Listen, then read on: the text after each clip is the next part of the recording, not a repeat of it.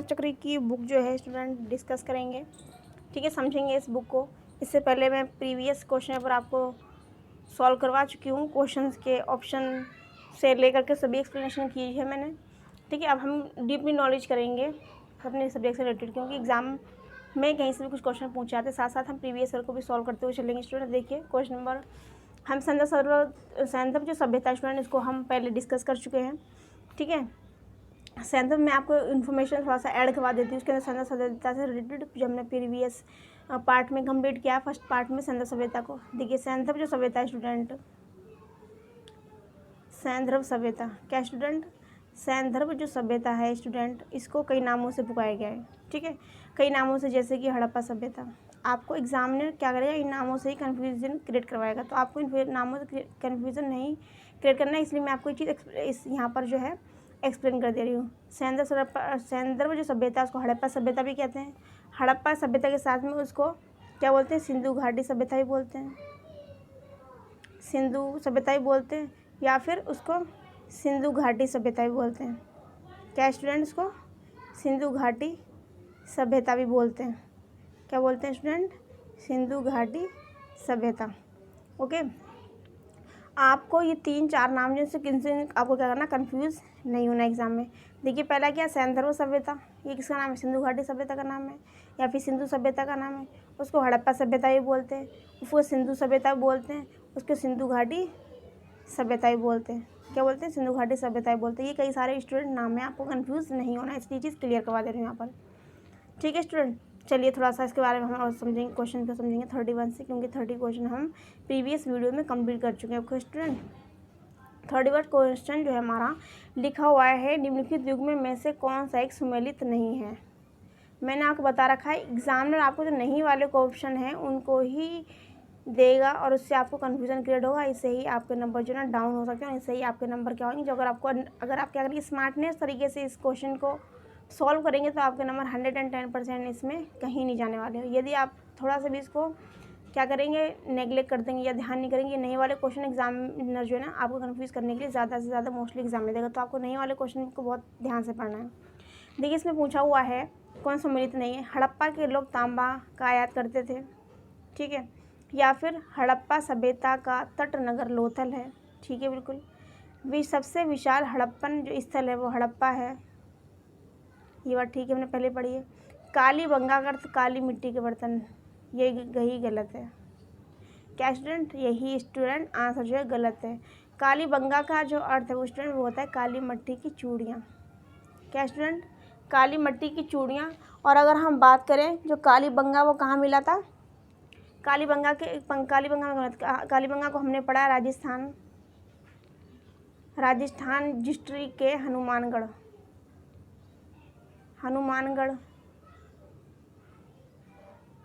Rajasthan district के हनुमानगढ़ जिले के अंदर है ना।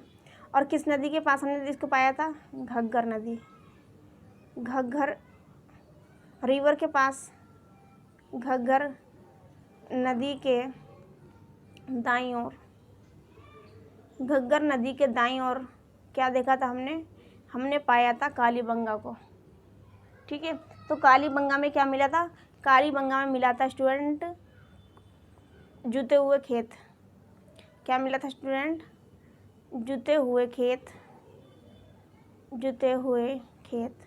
कहाँ मिले थे स्टूडेंट, कालीबंगा के अंतर्गत, ठीक है। देखिए जुते हुए खेत कहाँ मिले थे, कालीबंगा में, ठीक है। और यहाँ पर हमने कालीबंगा के बारे में डिस्कस कर रहे हैं। तो कालीबंगा कहाँ स्टूडेंट, राजस्थान के अंतर्गत है, ठीक है, राजस्थान के अंदर ये स्टेट है। और जी किस जिले के अंदर है, किस डिस्ट्रिक्ट के अंदर, तो हनुमानगढ़ डिस्ट्रिक्ट के अंतर्गत है। और किस रिवर के पास है, तो घग्गर नदी के दाईं ओर, घग्गर नदी के दाईं ओर क्या मिले, जुते हुए खेत मिले, ठीक है। और ये जुते हुए खेत कहाँ मिले स्टूडेंट, कालीबंगा। और यहाँ पर पूछा कालीबंगा का अर्थ क्या है, तो कालीबंगा का अर्थ क्या है स्टूडेंट, कालीबंगा का जो अर्थ है वो काली मिट्टी की चूड़ियाँ, सॉरी काली मिट्टी नहीं, काली रंग की चूड़ियाँ, ठीक है। मेरी मिट्टी इसलिए माइंड के अंदर चला गया क्योंकि वहाँ पर खेत था ना, इसलिए, ठीक है। तो कालीबंगा का जो अर्थ है स्टूडेंट वह है काली रंग की चूड़ियाँ। ओके स्टूडेंट, चलिए नेक्स्ट क्वेश्चन को हम समझेंगे, इसका डी आंसर ठीक है। देखिए नेक्स्ट क्वेश्चन को हम समझेंगे, एक जुते हुए खेत क्या स्टूडेंट, एक जुते हुए खेत के साक्ष्य प्राप्त हुए। देखिए वही क्वेश्चन मैंने आपको समझाया, वही क्वेश्चन नीचे आ गया। तो एग्जाम में आप इसे ऑप्शन में से क्वेश्चन को किस तरीके से वो घुमा फिरा कर क्वेश्चन पूछेगा, आपको इसमें से आपको क्या करना है, पूरी तैयारी करके एग्जाम में बैठना है, ठीक है। जैसे कि एग्जाम में आपको कितना भी कन्फ्यूज़ कर ले, आपको कन्फ्यूज़ नहीं होना रत्ती भर भी, आपको वहाँ पर अपना 110% दे के आना है, ठीक है। इसके क्वेश्चन को हम पढ़ेंगे। लिखा हुआ है मोहनजोदड़ो, ठीक है, लिखा हुआ है हड़प्पा। मोहनजोदड़ो क्या है, मोहनजोदड़ो में बच्चों पाकिस्तान का एक ज़िला है। पाकिस्तान का कौन सा ज़िला, सिंध, पाकिस्तान के सिंध प्रांत में मोहनजोदड़ो में क्या मिला था, कांसे की नर्तकी करती हुई मूर्ति, कांसे की नर्तकी करती हुई मूर्ति मिली थी। और ये जो स्टूडेंट मोहनजोदड़ो है वो है, मोहनजोदड़ो जो स्टूडेंट वो कहाँ है, मोहनजोदड़ो हमने पढ़ा था, मोहनजोदड़ो जो है सिंध प्रांत में, ठीक है। और सिंधु नदी, सिंध प्रांत में सिंधु नदी के दाईं ओर है, ठीक है, दाईं ओर है। और इसका डिस्ट्रिक्ट स्टूडेंट कौन सा लगता है,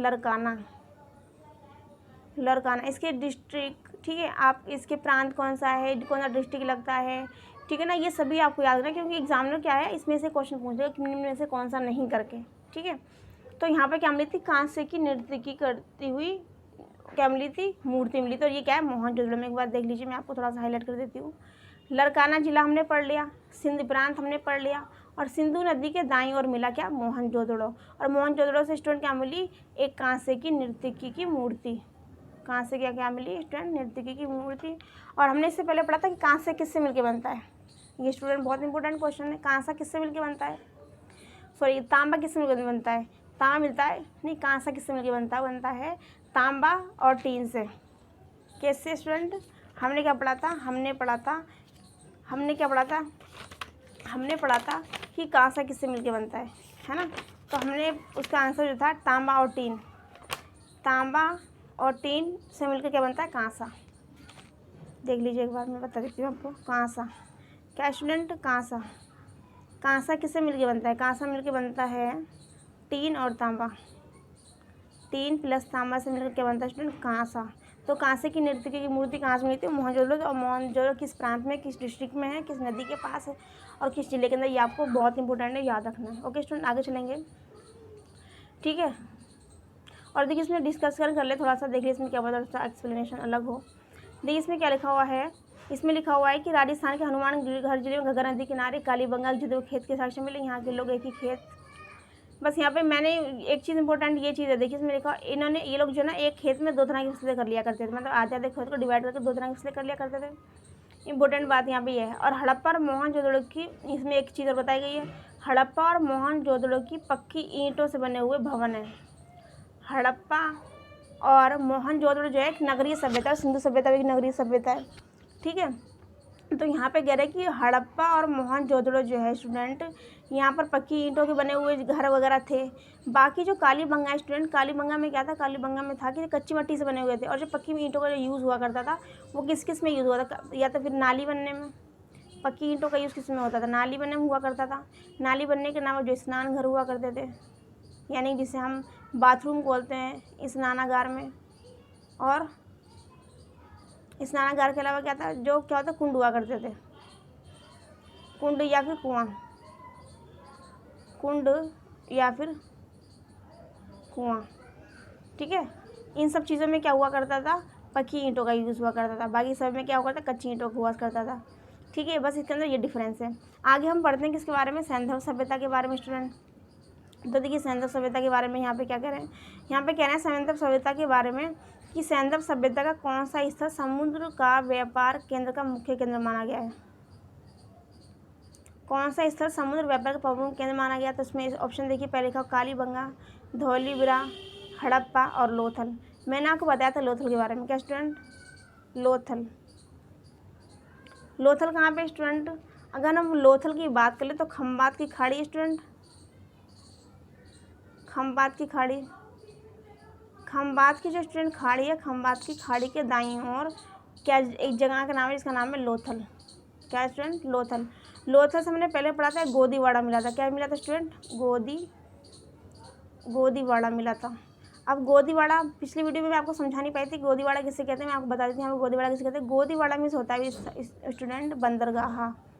क्या स्टूडेंट? बंदरगाह, या फिर इसको बोलते हैं पत्तन, या फिर पत्तन, यानी कि जहाँ पर पानी वाले जहाज़ वगैरह जो हैं उनका जो है ना रुकने का स्थान होता है। ठीक है ना, जहाँ पर से वो लोग माल को आयात और निर्यात करते हैं। ठीक है ना, पानी के द्वारा माल जहाज़ों पे से एक स्थान से दूसरे स्थान पर ले जाते हैं, उसे बोलते हैं बंदरगाह, पत्तन या फिर गोदीवाड़ा। तो लोथल एक जगह है खम्बात की खाड़ी के पास में, तो यहाँ पर इसका एक व्यापारिक केंद्र है। तो सबसे ज़्यादा समुद्र व्यापार जो किया जाता था वो किससे किया था? लोथल से किया जाता था। आगे नेक्स्ट क्वेश्चन देखेंगे स्टूडेंट। देखिए यहाँ पे इन्होंने क्या दिया हुआ है, यहाँ पर देखिए एक्सप्लेनेशन दी हुई लोथल। अभी लोथल की अगर हम बात करें तो लोथल देखिए, लोथल जो है स्टूडेंट वो जो है भोगवा नदी, लोथल जो है भोगवा और जो है कौन सी नदी? साबरमती। भोगवा और साबरमती जो नदियां हैं स्टूडेंट उनके जो संगम हैं उनके संगम पर हैं। ठीक है, इसके अलावा अगर हम बात करें और वहीं पर क्या हुआ कि वहीं पर जो है ना जो लोथल हैगा वहीं पर ही लोथल हैगा जहाँ पर भोगवा और साबरमती जो का संगम है। ठीक है, अभी साबरमती और भोगवा नदी के संगम पर तो ये वो हो गया। अगर हम बात करें लोथल की तो लोथल कहाँ पर है? लोथल है अहमदाबाद, गुजरात के अहमदाबाद ज़िले में। अहमदाबाद ज़िले में, गुजरात के अहमदाबाद ज़िले में क्या स्टूडेंट? लोथल। ठीक है स्टूडेंट, आगे नेक्स्ट क्वेश्चन देखेंगे हम। सिंधु घाटी सभ्यता की सबसे बड़ी इमारत कौन सी है? सिंधु घाटी सभ्यता की सबसे बड़ी इमारत कौन सी है? सिंधु घाटी सभ्यता को हड़प्पा सभ्यता भी कहते हैं। इसमें से आप कंफ्यूज नहीं होता, क्वेश्चन को भी आ सकता है। मोहनजोदड़ो का महाजलकुंड, मोहनजोदड़ो का स्नानागार, हड़प्पा का राजा का महल, उपरोक्त में से कोई नहीं। ठीक है, तो इसका आंसर उपरोक्त में से कोई नहीं है। तो सिंधु घाटी सभ्यता या हड़प्पा सभ्यता की अगर बात करें तो यहाँ पर सबसे बड़ा क्या मिला था? अन्नागार, यानी कि जिसे आजकल स्टोर रूम बोलते हैं, अन्नागार, जिसको हम क्या बोलते हैं आजकल? स्टोर रूम बोलते हैं, जिसके अंदर खाने पकाने के संबंधित सामान जो है ना वो रखा हुआ होता है सूखा। ठीक है, तो उसको अन्नागार बोलते हैं। तो सबसे बड़ा सिंधु घाटी या हड़प्पा सभ्यता की सबसे बड़ी जो इमारत थी वो अन्नागार थी। ठीक है, देखिए इसकी एक्सप्लेनेशन को समझ लेते हैं एक बार। देखिए एक्सप्लेनेशन में क्या बताया हुआ है कि मोहनजोदड़ो की सबसे बड़ी जो इमारत है वो अन्नागार, इसे अन्ना कुठारी बोलते हैं। ये इमारत इतनी लंबी मीटर थी, इसके बारे में ज़्यादा आपको देंगे नहीं कितने मीटर थी, ये नहीं देंगे आपको। ठीक है ना, अब मार्शल ने विशाल स्नानागार को तात्कालिक विशाल आश्चर्यजनक बताया है।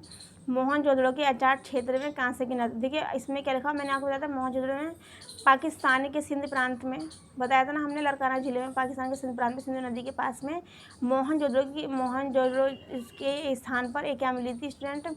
एक नृत्य करती हुई क्या मिली थी? मूर्ति मिली थी कांसे की। हमने बताया आपको कांसे किससे मिलकर था? टीन और तांबे से मिलकर बनता है। तो अगर हम बात करें मोहनजोदड़ो की तो मोहनजोदड़ो के यहाँ पे उन्होंने दिया है HR क्षेत्र। क्या दिया है स्टूडेंट? HR क्षेत्र में कांसे की। यदि यार HR भी दे दे कुछ भी दे, आपको कंफ्यूज नहीं हो, राइट आंसर आपको टिक करना है। क्वेश्चन नंबर नेक्स्ट देखिए, सिंधु सभ्यता का भारत का सबसे बड़ा पूरा स्थल कौन है? यानी कि सिंधु सभ्यता है उसमें भारत का सबसे पुराना जो स्थल है वो कौन सा है? आलमगीरपुर, लोथल, कालीबंगा या राखीगढ़ी? राखीगढ़ी स्टूडेंट। क्या स्टूडेंट? राखीगढ़ी। और आप बताइए, मैंने आपको राखीगढ़ी से संबंधित कुछ फैक्ट भी बताए थे। क्या बताए थे मैंने आपको स्टूडेंट? राखीगढ़ी से रिलेटेड कुछ फैक्ट बताए थे। तो इसका जो आंसर स्टूडेंट वो डी आंसर है कि सिंधु सभ्यता का जो सबसे बड़ा जो स्थल है वो क्या है? राखीगढ़ी। ठीक है, अगर हम बात करें राखीगढ़ी की स्टूडेंट तो देखिए आगे देखिए,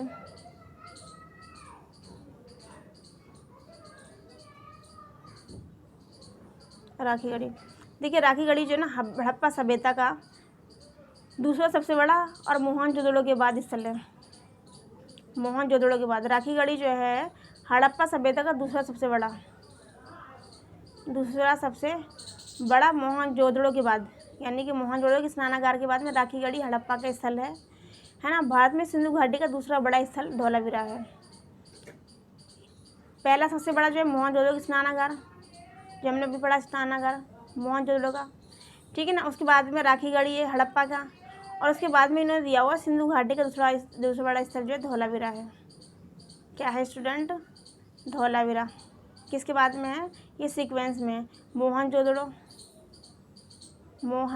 जो है 1 नंबर पे है, राखीगढ़ी स्टूडेंट 2 नंबर पे है, और जो धौलावीरा स्टूडेंट धौलावीरा वो जो है 3rd नंबर पे। ओके स्टूडेंट, आगे देखेंगे नेक्स्ट क्वेश्चन को। हड़प्पा कालीन नगरों पर कौन शासन करता है? तो अगर हम इनकी बात करें यहाँ पर तो इसका आंसर A बी, ए में दिया हुआ राजा, बी में पुरोहित और सी में व्यापारियों का अल्पतंत्र और डी में दिया हुआ शासन व्यवस्था अज्ञात। तो इसका ज़्यादा शासन व्यवस्था अज्ञात, लेकिन जो पुरातात्विक जो खोज करते थे उन्होंने बताया है कि या तो फिर इसके ऊपर वणिक वर्ग, कौन सा वर्ग स्टूडेंट, वणिक वर्ग जो है क्या करता होगा, इसके ऊपर राज करता होगा, क्योंकि यहाँ पर ज़्यादातर जो ना इक्वेलिटी की जितने भी खोजकर्ता मिले जिसमें से समानता के साक्ष्य ज़्यादा मिले, ठीक है, समानता या समता कह सकते हैं इसको, के साक्ष्य ज़्यादा प्राप्त हुए, ठीक है ना। तो उनका मानना जो है कि वणिक वर्ग जो है एक व्यवसायिक वर्ग जो है उन्होंने इसको संभाला होगा, ठीक है ना। इतनी बड़ी व्यवस्था का कोई ना कोई केंद्र जरूर होगा, तो उसको जो केंद्र माना है वो वणिक वर्ग माना है, यानी कि व्यवसायी माने हैं। नेक्स्ट क्वेश्चन को हम समझेंगे। नेक्स्ट क्वेश्चन देखिए, घोड़े के अस्थि अवशेष प्राप्त हुए हैं। तो घोड़े के घोड़े के जो अस्थि अवशेष हैं स्टूडेंट वो कहाँ से प्राप्त हुए हैं, तो देखिए कहाँ से प्राप्त हुए हैं, मोहनजोदड़ो, हड़प्पा, कालीबंगा या सुरकोदड़ा। तो इसका आंसर जो है स्टूडेंट वो कौन सा है इसका स्टूडेंट, वो है सुरकोदड़ा। क्या स्टूडेंट, सुरकोदड़ा। अब वो अगर हम बात करें सुरकोदड़ा की, तो सुरकोदड़ा जो है स्टूडेंट वो किस जगह पर स्थित है, क्या स्टूडेंट, सुरकोदड़ा जो है स्टूडेंट वो किस जगह पर स्थित है, तो सुरकोदड़ा जो है स्टूडेंट कहाँ पर कहाँ पर है, गुजरात में, गुजरात के कच्छ में स्टूडेंट स्थित है, ठीक है ना। और यहीं पर ही घोड़े के अवशेष जो हैं प्राप्त हुएंगे, ठीक है। तो राइट आंसर क्या है, डी, सुरकोदड़ा, ठीक है। आगे नेक्स्ट क्वेश्चन समझेंगे। इसे फैक्ट में थोड़ा सा देख लेंगे। फैक्ट में लिखा हुआ है, रोपड़ के एक कब्रिस्तान से मनुष्य के साथ पालतू कुत्ते का जाने का प्रमाण मिलता है, ये इंपॉर्टेंट है, ठीक। उसके बाद में लिखा हुआ, दोबारा पढ़ बताती हूँ, रोपड़ के कब्रिस्तान से मनुष्य के साथ पालतू कुत्ते के जाने का प्रमाण मिलता है। आगे दिखा रहा है, सुरकोदड़ा से एंटीमनी की एक 6 छड़ भी प्राप्त हुई है। एंटीमनी की एक क्या मिली है, छड़ मिली, यानी कि स्टिक मिली है, ये भी इम्पोर्टेंट है अपने आप में। तो इसका सुरकोदड़ा की जो खोज की है ये भी इम्पोर्टेंट है, वो किसने की है, जेपी जोशी ने 1964 में की है। आगे क्वेश्चन देखेंगे ना, क्वेश्चन नंबर 39। क्वेश्चन नंबर 39 में क्या कहा गया है कि सिंधु घाटी सभ्यता में घोड़े के अवशेष कहाँ मिले। अभी हमने पढ़ा है सिंधु घाटी सभ्यता में घोड़े के अवशेष कहाँ मिले, तो हमने पढ़ा था सुरकोदड़ा कहाँ पे, गुजरात में। पहला ऑप्शन है सुरकोदड़ा, बी में बनमाली, सी में लोथल और डी में कालीबंगा। तो राइट आंसर इसका क्या है, सुरकोदड़ा, ठीक है स्टूडेंट। नेक्स्ट क्वेश्चन पे हम चलेंगे। नेक्स्ट क्वेश्चन कौन सा है हमारा, 40 है। क्वेश्चन क्या है, 40 को क्वेश्चन को हम समझेंगे स्टूडेंट। 40 में देखिए क्या लिखा हुआ है। 40 में क्वेश्चन नंबर लिखा हुआ है कि सैंथव सभ्यता का कौन सा स्थल समुद्र व्यापार का केंद्र माना गया है। तो ना मैंने आपको बताया था, क्या बताया था मैंने आपको, लोथल बताया था। लोथल मैंने बताया था किस जगह पर है, ठीक है। लोथल की अगर हम बात करें तो कालीबंगा, हड़प्पा, धौलागिरी, लोथल। राइट आंसर इसका लोथल है। क्या स्टूडेंट, लोथल। मैंने आपको पढ़ाया था लोथल किस जगह पर है, गुजरात में स्टूडेंट स्थित है। और मैंने आपको बताया था भोगवा और साबरमती जो नदी है स्टूडेंट, उसका जो संगम है वहाँ पर ये जो नदियाँ मिलती हैं, ठीक है ना, वहाँ पर इस लोथल के जो है साक्ष्य मिलते हैं, लोथल पत्तन के। और मैंने बताया था लोथल जो है स्टूडेंट वो अहमदाबाद, गुजरात के अहमदाबाद ज़िले में है, ठीक है स्टूडेंट। तो ये व्यापारिक एक केंद्र माना गया है, ठीक है। आगे नए क्वेश्चन पे चलेंगे। इसमें थोड़ा सा फैक्ट को देख लेते हैं कि क्या नहीं थे यहाँ पे। नहीं वाला क्वेश्चन समझने को इम्पोर्टेंट है नहीं वाला क्वेश्चन। लोथल में दुर्ग और आवासीय नगर के लिए अलग अलग टीले नहीं थे, इम्पोर्टेंट है बहुत। देखिए, लोथल में दुर्ग और आवासीय नगर के लिए अलग अलग टीले नहीं थे। लोथल में रंगाई के कुंड के साक्ष्य मिले, ये भी इम्पोर्टेंट है कि डाई कहाँ पर हुआ करती थी, तो लोथल में हुआ करती, क्योंकि वहाँ पे कुंड थे। कैसे कुंड थे, कुंड होने के साथ वहाँ पानी की मात्रा बहुत थी, क्योंकि वो क्या था, पत्तन था, ठीक है। मैंने भी बड़ा बंदर का था। इसके साथ साथ एक क्वेश्चन है, इसमें जो फैक्ट है वो दिया हुआ, लोथल से चहुंदड़ों की भांति मनका बनाने का। मनका मैंने बताया था आपको, ज्वेलरी मेकिंग का जो बिजनेस है वो भी लोथल में मिला, ठीक है। ये आपको 3 फैक्ट जो है वेरी वेरी इंपॉर्टेंट है स्टूडेंट को, ये आपको लर्न करना है। क्वेश्चन नंबर नेक्स्ट में देखेंगे हम 44 में। क्वेश्चन नंबर हम क्या देखेंगे, 41 को हम देखेंगे हड़प्पा सभ्यता के विशाल नगर। हड़प्पा सभ्यता के विशाल नगर की बात हो रही है। धौलावीरा कहाँ पर स्थित है? सिंध में, पंजाब में, राजस्थान में या फिर गुजरात में। तो अगर हम बात करें हड़प्पा की, तो अभी मैंने पढ़ा है आपको हड़प्पा जो सभ्यता विशाल नगर कहाँ पर स्थित है। इसका राइट आंसर स्टूडेंट डी है। ठीक है, अब धौलावीरी को एक बार समझ लेते हैं। धौलावीरी जो स्टूडेंट है वो धौलावीरी जो है स्टूडेंट धौलावीरा जो है वो भी गुजरात में स्टूडेंट अभी तक हमने पढ़ा था लोथल का है अहमदाबाद में। तो अगर धौलावीरी की बात करें तो धौलावीरी स्टूडेंट हमारा कहाँ पर स्थित है? ये कच्छ जिले में। कच्छ जिले जैसे अमिताभ बच्चन ने इसका ऐड दिया है, कुछ दिन तो गुजारी है कच्छ के गुजरात में। तो ये कच्छ जो है कच्छ जिले के अंदर स्थित है क्या? धौलावीरा। ठीक है, इसकी जो खोज की थी स्टूडेंट्स की खोज करने के लिए इंपॉर्टेंट फैक्ट है अपने आप में 1967 से लेकर 1968 तक की थी। और किसने की थी स्टूडेंट? जगपति जोशी। किसने स्टूडेंट? तो दूसरा कलर ले लेती मैं।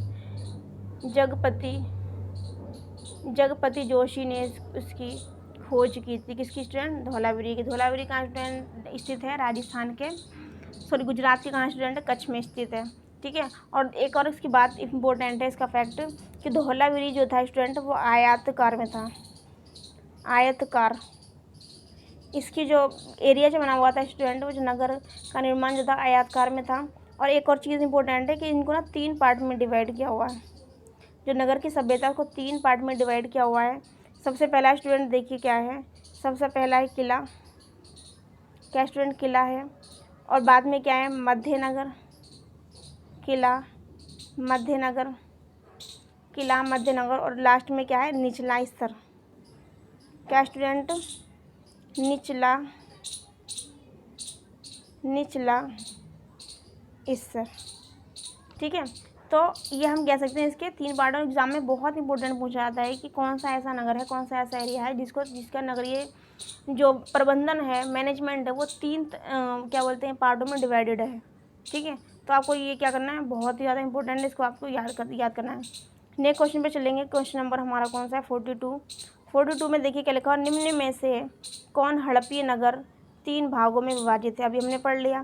कौन सा पढ़ा? धौलावीरा पढ़ा। धौलावीरा कहाँ पे स्टूडेंट है? धौलावीरा भी हमने पढ़ा था। गुजरात के कहाँ पे स्टूडेंट है? कच्छ मैंने आपको एग्जाम्पल दिया था, अमिताभ बच्चन ने जहाँ पे अपना ऐड दिया है।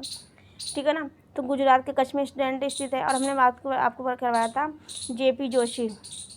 जगपति जोशी जो है स्टूडेंट, उन्होंने इसकी खोज की थी। ठीक है, कब की थी? 1967 से लेकर 1968। ओके, आगे हम पढ़ते हैं 43 क्वेश्चन पे। 43 क्वेश्चन देखिए। क्वेश्चन 43 में देखिए क्या कर रहे हैं।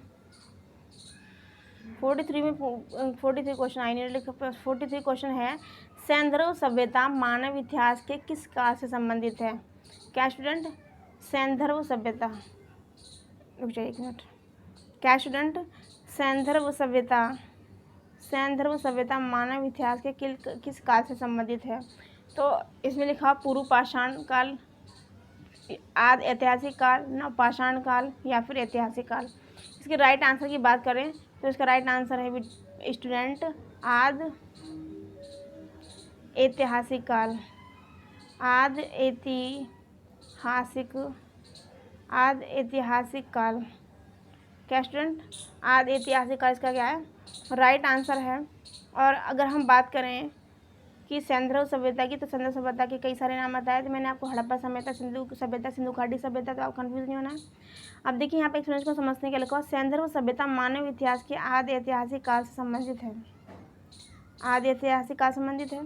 ठीक है, वह काल जिसके कोई लिखित साधन नहीं है। मैंने आपको पढ़ाया था कि जब मैंने सैंधव सभ्यता स्टार्ट की थी, मैंने आपको बताया था कि कोई भी इसका लिखित साक्ष्य नहीं प्राप्त हुआ है। तो लिखा हुआ वह काल जिसका कोई भी लिखित साधन प्राप्त नहीं है, जिसमें मानव जीवन का अपेक्षाकृत या पूर्णतः सभ्य ना था, प्रागैतिहासिक काल कहलाता है। माने कि ये हमें पता नहीं चल पा रहा कि वो सभ्य था नहीं था, क्योंकि उनके पास एजुकेशन का ऐसे कोई साक्ष्य प्राप्त नहीं हुए, तो उसे प्रागैतिहासिक काल कहा गया। ठीक है, जिस काल के लिए लिखित साधन उपलब्ध हों, और जिसमें क्या हो? लिखित साधन उपलब्ध हों। ठीक है ना, जिसमें मानव सभ्य हो, उसे कहते हैं ऐतिहासिक काल। क्या आप कहते हैं स्टूडेंट? ऐतिहासिक काल कहते हैं। आगे की अगर हम बात करें, जिस काल के लिए लेखन कला के प्रमाण हों। लेखन कला तो मिली है, किंतु या तो वह अपुष्ट हों या फिर उनकी जो लिपि है वो गूढ़ है, यानी कि उनका अर्थ निकल नहीं पा रहा है या उसका अर्थ कोई समझ नहीं पा रहा है, ठीक है ना, उसको आदि ऐतिहासिक काल कहते हैं। तो मैं आपको एक बार हाईलाइट कर देती हूँ स्टूडेंट, बहुत इंपॉर्टेंट है। देखिए लिखा हुआ है कि जिसको समझना मुमकिन ना हो, जिसकी लिपि को समझना मुमकिन ना हो, जिसकी लिपि को समझना बिल्कुल भी मुमकिन ना हो, तो उसे क्या कहेंगे, आदि ऐतिहासिक काल। आदि ऐतिहासिक काल करेंगे। और जिसके साक्ष्य उपलब्ध हैं और जिसको पढ़ा जा सकता है उसको ऐतिहासिक काल कहेंगे। अब जो मैं आपको पढ़ा रही हूँ, ठीक, एग्जाम्पल के तौर पर समझेंगे, तो मैं आपको कैसे पढ़ा रही हूँ, क्योंकि मेरे पास साक्ष्य उपलब्ध है, मेरे पास हिस्ट्री के ऐसे एविडेंस हैं, मैं उनके बिहेव पर आपको पढ़ा रही हूँ, ठीक है। तो ये हमारा क्या ऐतिहासिक पॉइंट ऑफ व्यू है। अगर ऐसी, और आगे देखिए, और जहाँ पर लिपि पढ़ना नामुमकिन है, पढ़ा नहीं जा सकता, तो आदि ऐतिहासिक काल हो गया। और प्रागैतिहासिक काल वो हो गया जहाँ पर लिखित साधन उपलब्ध नहीं है, जिसमें मानव जीवन अपेक्षाकृत पूर्णतः सभ्य न था, उसे प्रागैतिहासिक काल कहा गया, ठीक है। यहाँ पर सिर्फ थर्ड में ये है कि उसका अर्थ निकाल पाना कठिन है, ठीक है। और यहाँ पर क्या है कि सबसे पहले में लिया हुआ है कि साधन, लिखित साधन ही उपलब्ध नहीं है, और इसमें दिया हुआ साधन उपलब्ध हैं सबसे लास्ट में। तो ये आपको क्या करना है, इसके ये डिफरेंस आपको ध्यान में रखना है प्रागैतिहासिक काल के बारे में, प्रागैतिहासिक काल और ऐतिहासिक काल और आदि ऐतिहासिक काल के बारे में। क्वेश्चन 44 में दिया हुआ है, हड़प्पा सभ्यता के तहत वह एकमात्र जगह जहां 216 मीटर लंबा तथा 37 मीटर चौड़ा एक नौका घाट मिला। किसकी बात हो रही है स्टूडेंट, नौका घाट की। तो नौका कहाँ चलेगी, मैंने आपको बताया था लोथल। लोथल कहाँ पे स्टूडेंट, गुजरात में। गुजरात के किस जिले में, बताइए आप कमेंट बॉक्स में। मैंने आपको बताया था जो लोथल जो है स्टूडेंट वो अहमदाबाद ज़िले में है, और वहाँ पे सबसे ज़्यादा पानी है, तो नौका वहीं चलेगी। तो स्टूडेंट का राइट आंसर आप ट्रिक से भी लगा सकते हैं, अपना हल्का सा माइंड चला करके भी लगा सकते हैं, इसका राइट आंसर सी होगा, ठीक है। अब देखिए इसमें एक्सप्लेनेशन को समझते हैं। एक्सप्लेनेशन में कह रहे हैं कि लोथल को जो है लघु हड़प्पा भी कहा जाता है, लघु हड़प्पा कहा जाता है, लघु मोहनजोदड़ो भी कहा जाता है, ठीक है। इसकी खोज जो है 1954 में R.S. रॉय की द्वारा की गई थी, R.S.R. राव ने की थी। लोथल के पूर्वी भाग में एक गोदीवाड़ा, मैंने आपको बताया था गोदीवाड़ा, गोदीवाड़ा को पत्तनी बोलते हैं, और इन्होंने गोदीवाड़ा को नौका भी लिखा हुआ है, ठीक है। इस गोदीवाड़ा के उत्तरी दीवार में 12 मीटर चौड़ा एक प्रवेश द्वार था, जिससे जहाज आते जाते भी थे, ठीक है। थोड़ा सा हम इसके पॉइंट को समझ लेंगे, थोड़ा सा फैक्ट को। लोथल से फारस की मुद्रा प्राप्त हुई है। फारस की मुद्रा स्टूडेंट कहाँ से प्राप्त हुई, लोथल से प्राप्त हुई है। लोथल से युग्मित शवाधान मिले, मतलब जुड़े हुए शवाधान। शवाधान से मतलब एक साथ दो लोगों को दफनाया गया है, ये लोथल से मिला है। लोथल से एक भांड पर ऐसा चित्र बना हुआ मिला है, जो पंचतंत्र की कहानियाँ, इसमें 4 लाख लोमड़ी का रूपांतरण है। किसका स्टूडेंट, 4 लाख लोमड़ी का रूपांतरण। इसके क्वेश्चन पूछा जा सकता है कि 4 लाख लोमड़ी का रूपांतरण किस स्थल से संबंधित है, तो आप किस संबंधित लिखेंगे, लोथल। लोथल स्टूडेंट कहाँ पे है, अहमदाबाद में। और जो 4 लाख लोमड़ी का रूपांतरण दिया हुआ है किस कहानी से संबंधित है, पंचतंत्र की कहानी से स्टूडेंट। और पंचतंत्र की कहानी स्टूडेंट वो किसने लिखी है, विष्णु शर्मा। विष्णु शर्मा ने पंचतंत्र की कहानियाँ लिखी हैं। नेक्स्ट क्वेश्चन को समझेंगे स्टूडेंट 45 क्वेश्चन में कि नवादा टोली, क्या स्टूडेंट, नवादा टोली एरन तथा नागदा की मालवा संस्कृति 1700 से 1200 ईसा पूर्व किस संस्कृति का प्रमाण मिलता है। नवादा टोली एरन तथा नागदा की मालवा संस्कृति 1700 से 1200 ईसा पूर्व किस संस्कृति का प्रमाण मिलता है। तो पहले लिखा हुआ हड़प्पा, बी में लिखा गया हड़प्पा, फिर लिखा हुआ हड़प्पा पूर्व, ठीक है, हड़प्पा पूर्व, फिर लिखा हड़प्पा पश्चात। तो क्या राइट आंसर है, अगर हम बात करें नवादा टोली की, तो इसका स्टूडेंट राइट आंसर जो है हड़प्पा पश्चात, यानी कि हड़प्पा की सभ्यता की बात की गई है, ठीक है। और अगर हम बात करें नवपाषाण काल की, नवपाषाण काल का अंत होते होते धातुओं का प्रयोग प्रारंभ हो गया था, है ना। नवपाषाण का जब अंत हुआ था तो धातुओं का प्रयोग होना शुरू हो गया था। धातुओं में सबसे पहले जो यूज़ हुआ था, बताइए किसका यूज़ हुआ था। नवपाषाण काल में सबसे पहले धातु का जो यूज़ हुआ था वो कौन सा था, तांबा था। तांबे का यूज़ सबसे पहले हुआ था, ठीक है। और कई संस्कृतियों का जन्म पत्थर और तांबे के उपकरणों के साथ साथ प्रयोग करने के कारण हुआ था, ठीक है ना। कई संस्कृतियाँ ऐसी थी जिन्होंने पत्थर का यूज़ किया था, तो पत्थर की वजह से उनकी संस्कृति को ना पत्थर से रिलेटेड पड़ गया, ठीक है ना। उसके बाद में क्या हुआ था कि फिर तांबे की से ही बनने लगे सामान, तो उसको क्या कहा गया, ताम्रपाषाणिक युग कहा गया, जिसको कैलोथिक युग भी बोलते हैं। ताम्रपाषाणिक युग, क्या स्टूडेंट, पाषाणिक,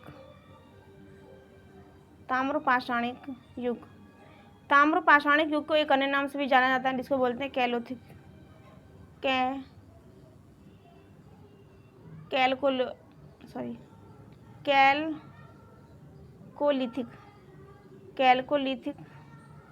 कैलकोलिथिक युग भी कहते हैं।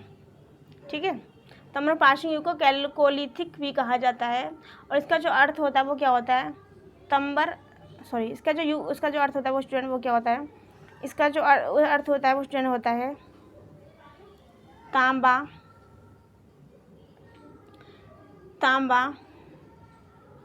या फिर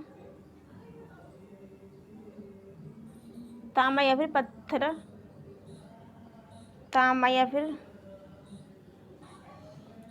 या फिर पत्थर की अवस्था,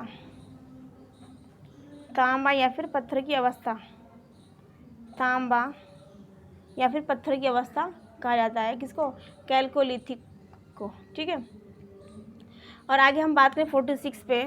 46 आंसर देखिए, 46 को देखिए आंसर को, क्वेश्चन देखिए। यूनानी को कपास का ज्ञान भारतीयों से हुआ था, वे इसे कहते थे। मैंने आपको बताया था कि जो, देखिए मैं आपको बताती हूँ एक बार, जो सैंधव जो लोग थे स्टूडेंट, क्या स्टूडेंट, जो सैंधव जो पीपल थे, जो लोग थे, उनका जो मुख्य जो खेती थी वो क्या थी, कपास थी स्टूडेंट, क्या थी, कपास थी।